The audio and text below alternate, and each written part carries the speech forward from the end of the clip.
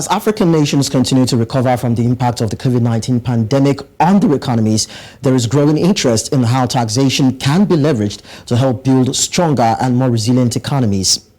Now, in recent years, several African countries have made progress in increasing their tax revenue, with many implementing reforms aimed at improving tax collections and administrations. However, there is still a significant gap between the potential for domestic revenue mobilization and, of course, actual revenue collected. According to the Director General of the World Trade Organization, Dr. Ngozi Okonjo-Iweala, taxation is an important tool for building strong and sustainable economies. By improving tax collection and administrations, African countries can generate the resources needed to invest in critical infrastructure, education, healthcare, and other key sectors.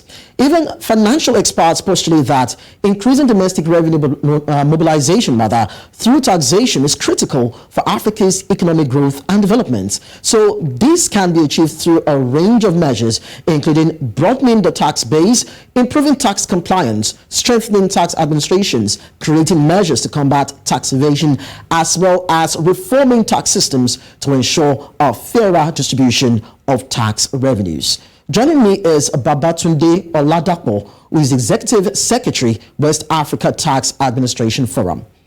And Sebastine Odimma is our other guest on the show. He's the head of tax controversy at MAERSK, Transport and Logistics in Africa. It's nice to have you gentlemen join us on the show.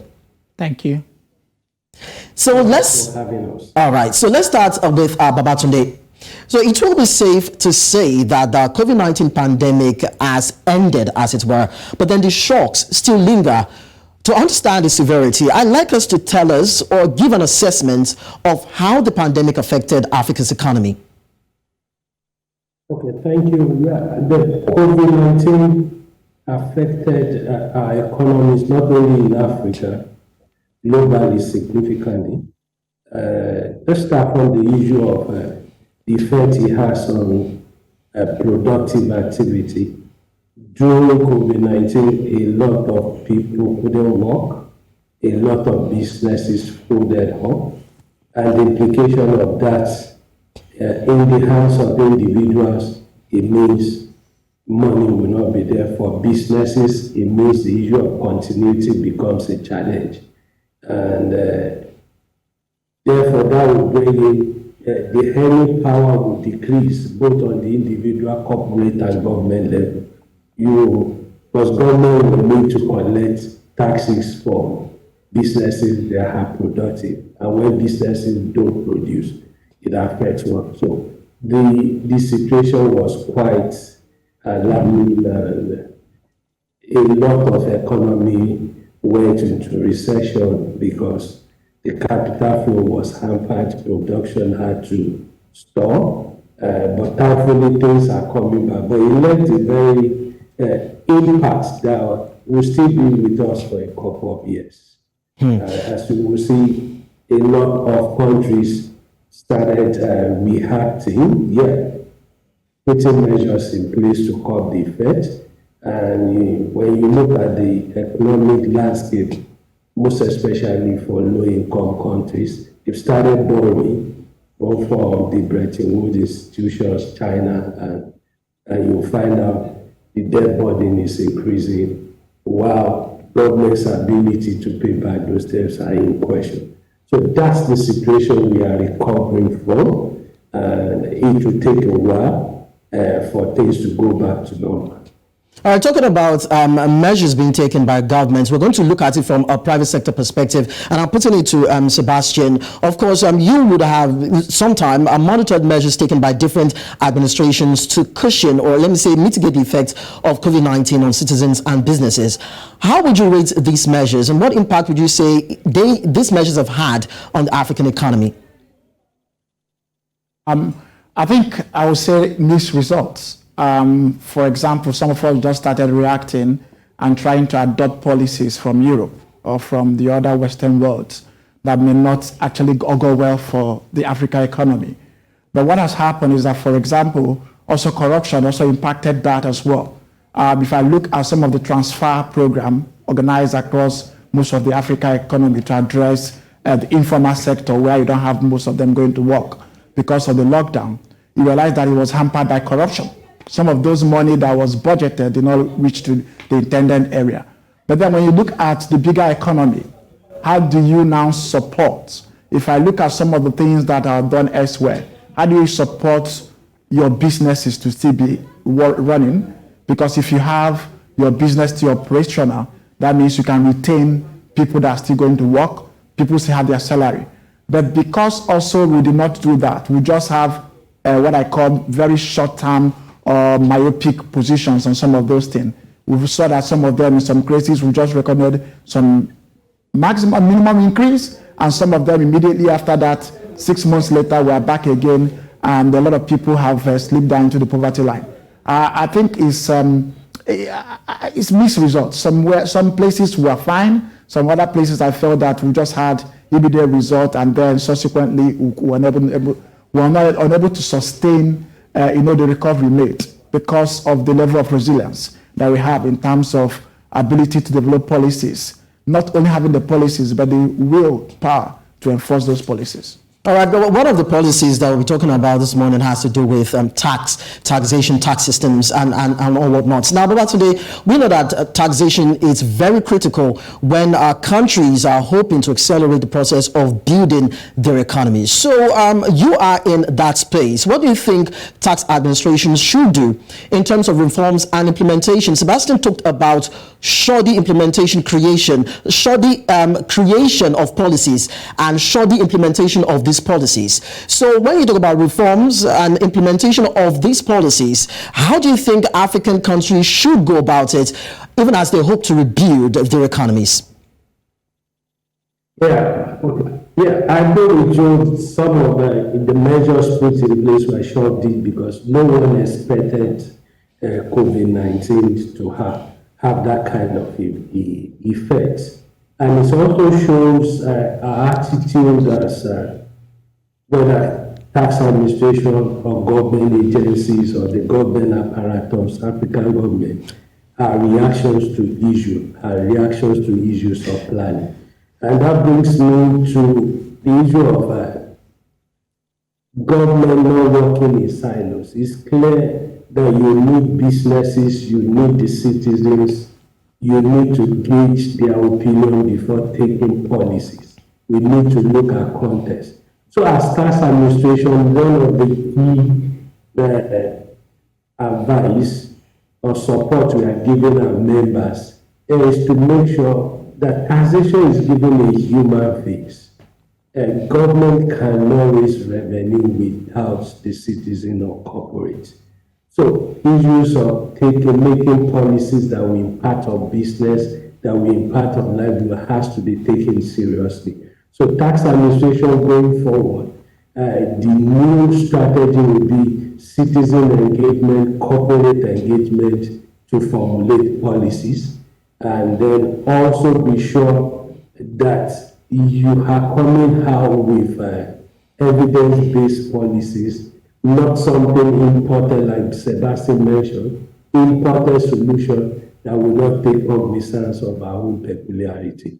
So those are the things in the work, the new thinking, driving tax administration in that part of the world, to make sure that we come up with strategies, policies that will reflect our peculiar situation and that will be able to fit into the way we do things in Africa. Yes, that is quite interesting, Babatunde, to mention peculiarities and, of course, importing other kind of solutions that may not necessarily deal with the situation as it occurs within African countries. Of course, when you look at African countries, in terms of the economy, there are different peculiarities in terms of the growth of their economy, the GDP ratio, and all of the challenges as it affects them. So, Sebastine, if we are to profile practical solutions that would meet the peculiarities of this African economic ecosystem, what do you think these practical steps should be? Because what is important is how to ensure rapid restoration of these African economies, as it were. Because when you look at the GDP ratio, you find out that it's not encouraging at all, despite the number of natural resources that Africa has. So what rapid decisions, or what drastic decisions rather, do you think, or would you prefer to challenging or addressing the situations, the economic situations that Africa is faced with? I need to start with saying that private sector-led growth is critical to job creation and sustaining, sustained increase in livelihood, increase in livelihood over time. And one of them, the Western world would tell you don't need to give out tax incentives. But I always say, yes, you need those tax incentives because you need to attract them. But the problem we have in Africa is that our incentive takes more of a scattergun approach. You have to target, what do I want to achieve with this incentive? And if I give that incentive, I should be able to measure it. So for example, if I'm going to tell you, I'm going to give you a reduced corporate income tax, if you're going to employ a certain number of people with a particular wage bill, and then also invest this particular amount, it means that if that incentive is supposed to last over 3 years, every year, for you to continue to enjoy that incentive, I must always measure whether I'm able to achieve those targeted objectives for which that incentive is given. But what we've seen across Africa is that we give the incentive and then everybody goes to home, nobody's checking whether the wage bill, the number of people that the companies are supposed to employ is met. Are they even bringing in the number of investment or the amount of investment that is, a prerequisite for giving that incentive? So that's one. And the other part is also capacity for our tax administration. One of the things that COVID has done for us is for us to realize that apart from the brick and mortar companies, there are the digital space. And I see that's where we're also struggling in terms of tax collection. When you look at the young people, the so-called Gen Zs, I want most of them to be in tax administration. They know how to track those revenue through digital means and to ensure their tax. So for me, it would be capacity building, one. Two is also that incentive, let it be targeted. We should be measurable. If we are giving out, let's say, $20 million in terms of decreased tax collection from corporates, what exactly does it translate in terms of job creation? What does it translate in terms of reduction in our unemployment rate? And then another part is ensure that those parts, when you collect, or selling someone that also the social trust, for people to be able to pay tax, they need to believe that government is also using the money they collected to do what they are going to do. So you have to try as much as possible to expand the tax base, which means being sure that, okay, we've collected this amount, accountability by the leaders becomes very important as well. So capacity building, one other area I see Africa doing that I've not seen improvement in that, I'm waiting for WATAF to do that, is what I call joint tax audit. So if you want to audit a company that operates in 3 different African countries, the tax authorities in those countries can come together and do single audit. What it does is that, one, the company believes that, okay, that means my issues will be given a holistic view, not that some other country just looked at the tail end of the business, the other part is looking at the head of the business. So for me, I think some of these measures are some of what I call quick wins or low-hanging fruit we can use to boost and increase the economy through taxation. All right. So Babatunde, Sebastine is actually giving you a challenge. He's basically asking what WATAF is doing about joint tax administration and audits, as it were. So then, looking at the issue of widening database that Sebastine has mentioned, and of course tax collection and tax target, because you can have a particular target for a particular fiscal year, and once you have issues with tax evasion and tax nets not being widen enough or low, as it were, you will not be able to meet that target. And of course, there's also the question of accountability that Sebastine has raised. So I'd like to ask you, Babatunde, what is the West African Tax Administration Forum doing in terms of assisting African countries in dealing with joint tax audit, dealing with issue of widening the database and revenue collection, as it were, tax collection from businesses within the West African region? Okay, thank you very much. The tax administrator is like an orphan in the eye of the public. And there are so many challenges that tax administration faces. And So one of the things that WATAF is doing is to widen the conversation, bring in a whole of government approach to tax administration, revenue collection in Africa. And we've started engagement with parliamentarians. Tax is a product of law. And in a situation where parliamentarians are not too sure what the implication of those laws are in terms of the practicality of bringing in the revenue, we find out there's a gap. We've started an engagement series with the ECOWAS Parliament. We are doing in-country engagement with parliamentarians because of the important role they play in terms of monitoring government expenditure and in terms of helping with amendment to tax laws. And this is also what we are doing when it comes to relationship between tax administration and the supervisory ministries. That's the Ministry of Finance in some cases in our countries. And then other government apparatus, so that at the end of the day, like Sebastine mentioned, the issue of the social contracts, you find out that one of the key things that affects tax administration is people want to see value for what they pay.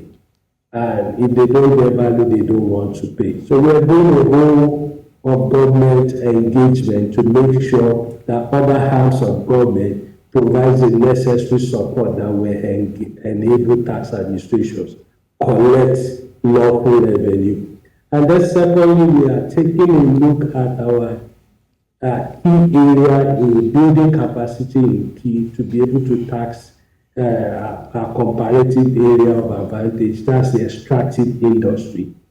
And that's when you have so many incentives going in and you've not been able to get commensurate benefit for those tax incentives coming in. And of course, there are also complex transactions going on that involve transfer pricing principles and all manner of things. So we are building competence among our members to be able to understand this key area. And we are also working to come up with a tax expenditure framework, working with the ECOWAS Commission, that's the Regional Economic Community for West Africa, to make sure that tax expenditure reports are published annually so that citizens, those who pay taxes, will know what government is giving out. Work is in an advanced stage on that. Like this year, there should be reporting. And then finally, we know that the game has changed. We are working with our members to make sure that they build their capacity in terms of how they are able to use digital tools to tax taxpayers who don't necessarily have to sit in your country before they make money. So those are areas we are working in. They are long-term, low-hanging fruits, but work is ongoing. And we hope that in the near future, you will be seeing tax administrations that are more friendly, tax administrators who have more to give in terms of capacity, and then most importantly, citizens get value for the taxes paid. Okay. Thank you. All right, thank you so much. So, Sebastine, are you satisfied with Babatunde's response? Quickly, are you satisfied? Because I know I work with them actually. So in terms of trying to build the partnership also to reach out across the different tax administrations. So I think it's something that will increase the level of trust, and that will help in increasing the tax base. Once people are sure that people are approached to, the approach by the tax authority is not just revenue driven, they see you as a partner for you to grow together. Okay, the more money you make, the more tax you pay. Yes, we hope that robust conversations will continue as regards that, and see how the administrators and of course the private individuals and companies will be able to come to a table where positivity in terms of deliberations and implementation will come to them, and of course to African economy, or to Africa's economy as the case may be. Thank you so much, gentlemen, Babatunde Oladapo and Sebastine Odimma, for joining us. Now, there is this growing recognition that taxation can be a powerful tool for building stronger, more resilient economies in Africa. As countries continue to recover from the impact of COVID-19, policymakers and stakeholders are increasingly focused on leveraging taxation to promote inclusive and sustainable economic growth. However, it would only be meaningful if the citizens see value for the monies paid as financial obligation to the government. And that is where we draw the curtains on Business Edge for today. Thank you so much for joining our conversation. Do not forget that you can visit our social media platforms at New Central TV. You can head on to our website www.newcentral.africa and download our mobile app on App Store and Play Store, where several conversations continue on all those platforms. My name is Lekon Obanjo.